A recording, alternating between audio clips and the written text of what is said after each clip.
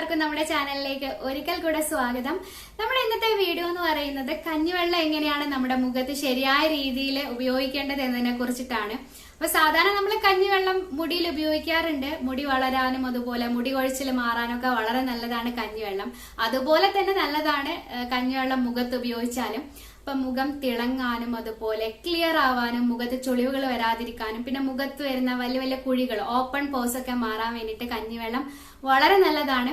ഇതൊരു natural sunscreen കൂടിയാണ്. പക്ഷെ കഞ്ഞിവെള്ളം ഉപയോഗിക്കേണ്ട രീതിയുണ്ട്. പെട്ടെന്ന് കഞ്ഞിവെള്ളം എടുത്തിട്ട് നമ്മൾ അതുപോലെ തന്നെ ഉപയോഗിക്കാൻ പാടില്ല. അപ്പോൾ കഞ്ഞിവെള്ളം എങ്ങനെയാണ് ശരിയായി ഉപയോഗിക്കേണ്ടത് എന്നാണ് നമ്മൾ ഇന്നത്തെ വീഡിയോയിൽ പറയുന്നത്. അപ്പൊ നമ്മൾ മുന്നേ ഒരു വീഡിയോ ചെയ്തിരുന്നു കഞ്ഞിവെള്ളം ഉപയോഗിച്ചിട്ടുള്ള ഒരു ഐസ് ക്യൂബ് ഫേഷ്യല്. അപ്പൊ അതിന് വളരെ നല്ല റെസ്പോൺസ് കിട്ടിയിരുന്നു. അപ്പോൾ അതിൽ തന്നെ ഒരുപാട് ഡൗട്ട്സ് ഉണ്ടായിരുന്നു. നമുക്ക് പുളിച്ച കഞ്ഞിവെള്ളം ഉപയോഗിക്കാൻ പറ്റുമോ, അതുപോലെ ഉപ്പിട്ട കഞ്ഞിവെള്ളം ഉപയോഗിക്കാൻ പറ്റുമോ എന്നൊക്കെ പറഞ്ഞിട്ട് ഒരുപാട് കമന്റ്സ് ഉണ്ടായിരുന്നു. അപ്പൊ അതൊക്കെ നമ്മൾ ഇന്നത്തെ വീഡിയോയിൽ ക്ലിയർ ചെയ്യുന്നുണ്ട്. അതുപോലെ കഞ്ഞിവെള്ളം ഉപയോഗിച്ചിട്ടുള്ള ഫേസ് പാക്കും കാര്യങ്ങളും ഒക്കെ നമ്മൾ ഇതിൽ ഡിസ്കസ് ചെയ്യുന്നുണ്ട്. അപ്പോൾ വായിക്കേണ്ട, നമുക്ക് വീഡിയോയിലേക്ക് പോകാം. അതിനു മുന്നേ ആയിട്ട് നമ്മുടെ ചാനൽ ആരെങ്കിലും ആദ്യമായിട്ട് കാണുന്നവരാണെങ്കിൽ സബ്സ്ക്രൈബ് ചെയ്യാനും അതുപോലെ ബെല്ലൈക്കൺ ക്ലിക്ക് ചെയ്യാനും മറക്കരുത്. നമുക്ക് വേഗം വീഡിയോയിലേക്ക് പോവാം. അപ്പൊ ഈ കഞ്ഞിവെള്ളത്തിന്റെ പ്രത്യേകത എന്ന് പറഞ്ഞു കഴിഞ്ഞാൽ കഞ്ഞിവെള്ളം എല്ലാ സ്കിൻ ടൈപ്പുകാർക്കും ഉപയോഗിക്കാൻ പറ്റും എന്നുള്ളതാണ്. അപ്പൊ നമുക്ക് 3 രീതിയിൽ റൈസ് വാട്ടർ ഉപയോഗിക്കാം കേട്ടോ. ഒന്ന് നമ്മള് ചോറ് വാർത്തെടുത്ത കഞ്ഞിവെള്ളം, മറ്റൊന്ന് നമ്മള് അരി കുതിർത്ത് വെച്ച റൈസ് വാട്ടർ, മൂന്നാമത്തത് നമ്മള് പുളിച്ച കഞ്ഞിവെള്ളം ഫെർമെന്റഡ് റൈസ് വാട്ടർ. ഈ 3 രീതിയിലും നമുക്ക് ഉപയോഗിക്കാൻ പറ്റും. പക്ഷേ നമ്മൾ ചോറ് വാർത്തെടുത്ത കഞ്ഞിവെള്ളവും അതുപോലെ തന്നെ പുളിച്ച കഞ്ഞിവെള്ളവും നമ്മൾ മുഖത്ത് തേക്കുമ്പോൾ ശ്രദ്ധിക്കണം. അപ്പൊ അത് എന്താന്നുള്ളത് ഞാൻ ഈ വീഡിയോയിൽ കാണിക്കുന്നുണ്ട്. അതുപോലെ നമ്മൾ കുതിർത്ത് വെച്ച റൈസ് വാട്ടർ ഉണ്ടാക്കേണ്ട രീതിയൊക്കെ നമ്മൾ ഈ ഒരു വീഡിയോയിൽ കാണുന്നുണ്ട്. അപ്പൊ നമുക്ക് ആദ്യം അത് കണ്ടു നോക്കാം. അതുപോലെ ഇത് എങ്ങനെയാ മുഖത്ത് അപ്ലൈ ചെയ്യുന്നത് എന്ന് കൂടെ ഞാൻ ഈ വീഡിയോയിൽ കാണിക്കുന്നുണ്ട്. അപ്പൊ നമുക്ക് ആദ്യം കണ്ടിട്ട് വരാം. നമുക്ക് ആദ്യം അരി കുതിർത്തിട്ട് എങ്ങനെ റൈസ് വാട്ടർ ഉണ്ടാക്കുന്നതെന്ന് നോക്കാം. അപ്പോൾ നമ്മൾ ആദ്യം അരി നന്നായിട്ട് കഴുകണം. 3-4 പ്രാവശ്യമെങ്കിലും അറ്റ്ലീസ്റ്റ് കഴുകണം. അപ്പോൾ അരി കഴുകിയ വെള്ളമല്ല കേട്ടോ എടുക്കുന്നത്. കാരണം കഴിഞ്ഞ വീഡിയോയിൽ കുറേ പേര് ചോദിച്ചു നിങ്ങൾ അരി കഴുകിയ വെള്ളമല്ല എടുത്തത്. അരി കഴുകിയതല്ല, അരി കുതിർത്തതാണ്. 3-4 പ്രാവശ്യം നല്ലോണം കഴുകിക്കോ. കാരണം കടകളിൽ നിന്നൊക്കെ കിട്ടുന്നതാണ്, പൊടിയോ അഴുക്കൊക്കെ കാണും. അപ്പോൾ നല്ലോണം കഴുകി വൃത്തിയാക്കിയതിന് ശേഷം ഇതുപോലെ കുതിർക്കാൻ ആവശ്യമുള്ള വെള്ളം ഒഴിച്ചിട്ട് വെക്കുക.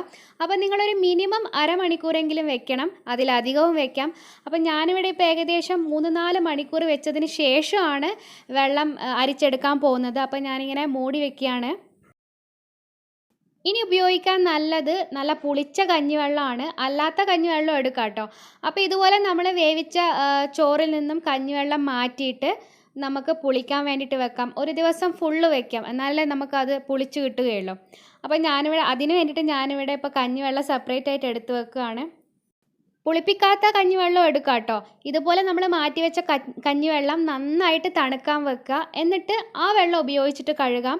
പുളിച്ച കഞ്ഞിവെള്ളം എന്ന് പറയുന്നത് റൈസ് വൈനാണ്. അതിൽ കുറച്ചുകൂടെ ന്യൂട്രിയൻസ് കാണും.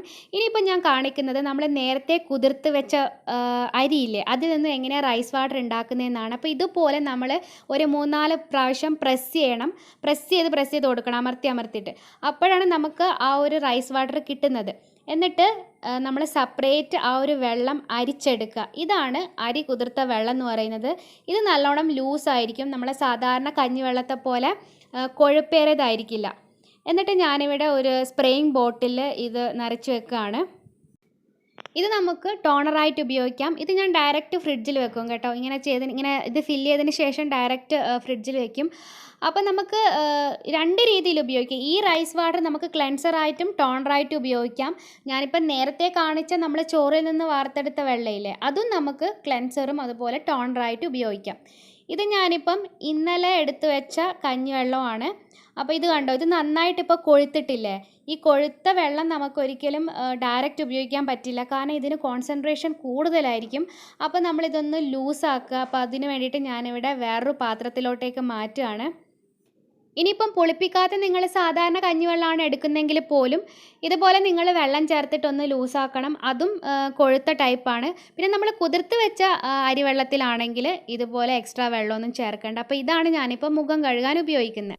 അപ്പൊ കഞ്ഞിവെള്ളത്തിൽ നമ്മുടെ സ്കിന്നിനെ ലൈറ്റൻ ചെയ്യാനും അതുപോലെ നമ്മളെ ഈ ചുളിവുകൾ, ഈ ഏജിങ് സൈനൊക്കെ കുറക്കാൻ സഹായിക്കുന്ന എൻസൈം ഉണ്ട്. അതുപോലെ കൊളാജൻ ഉൽപ്പാദിപ്പിക്കുന്ന എൻസൈമും ഉണ്ട്. അപ്പൊ കൊളാജൻ ആണല്ലോ പുതിയ കോശങ്ങൾ ഉണ്ടാക്കാൻ സഹായിക്കുന്നത്. അപ്പൊ പുതിയ കോശങ്ങൾ ഉണ്ടാകുമ്പോഴാണ് നമ്മൾ എപ്പോഴും യങ് ആയിട്ടിരിക്കുന്നത്. നമ്മുടെ സ്കിന്ന് യങ് ആയിട്ടിരിക്കുന്നത് പുതിയ പുതിയ കോശങ്ങൾ ഉണ്ടാവുമ്പോഴാണ്.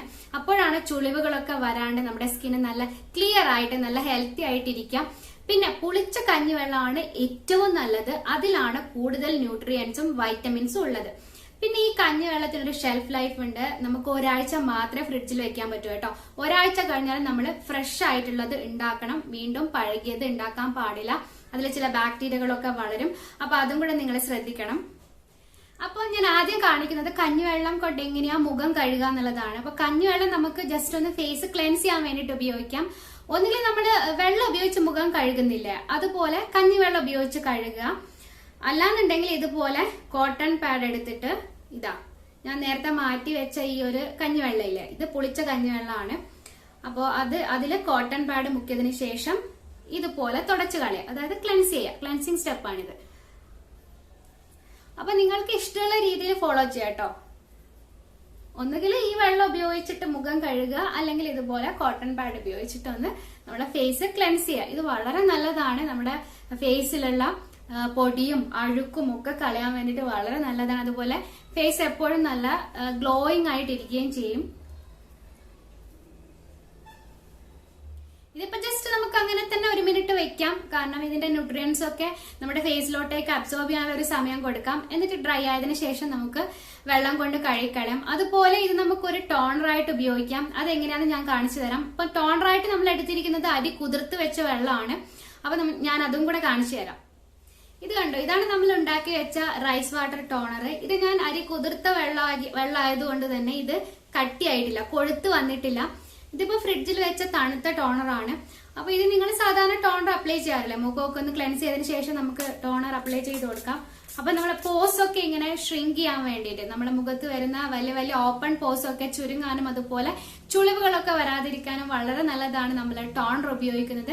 അപ്പൊ ഡെയിലി സ്കിൻ കെയർ റൂട്ടീനിൽ ഇതുപോലെ കഞ്ഞിവെള്ളം ഉപയോഗിച്ചിട്ടുള്ള റൈസ് വാട്ടർ ടോണർ, അതുപോലെ തന്നെ rice water cleanser, rice water face pack ഒക്കെ നമ്മൾ ഉപയോഗിക്കുന്നത് വളരെ നല്ലതാണ്. നമ്മുടെ എന്താ പറയുക, സ്കിന്ന് വളരെ യങ് ആയിട്ടിരിക്കും.